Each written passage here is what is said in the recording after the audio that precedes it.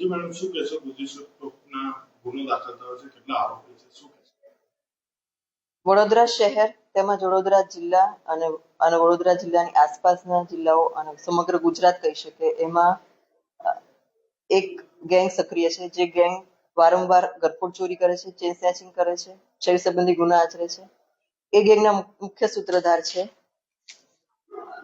આરોપી જોગિંદરસિંહ ઉર્ફે કબીરસિંહ સંતોષસિંહ સિકલીગર, જે પોતાની સાથે અન્ય 16 સાગરીતોને લઈ અને એક સિન્ડિકેટ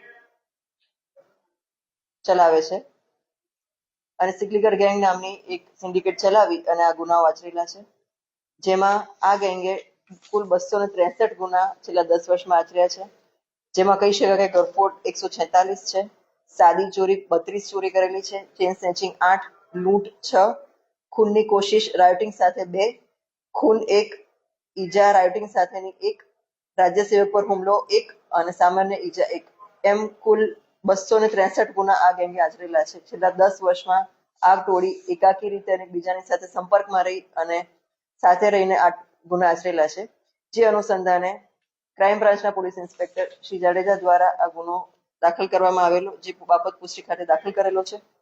ફરિયાદ આપવામાં આવતા અહીંયા દાખલ કરેલો છે અને આ ગુનાની તપાસ એસીપી શ્રી બામણિયા સાહેબ કરી રહ્યા છે. અમે લોકોએ આમાંથી 10 આરોપી પકડી લીધેલા છે, 3 આરોપી જેલમાં છે અને હાલ એની તપાસ ચાલુ છે.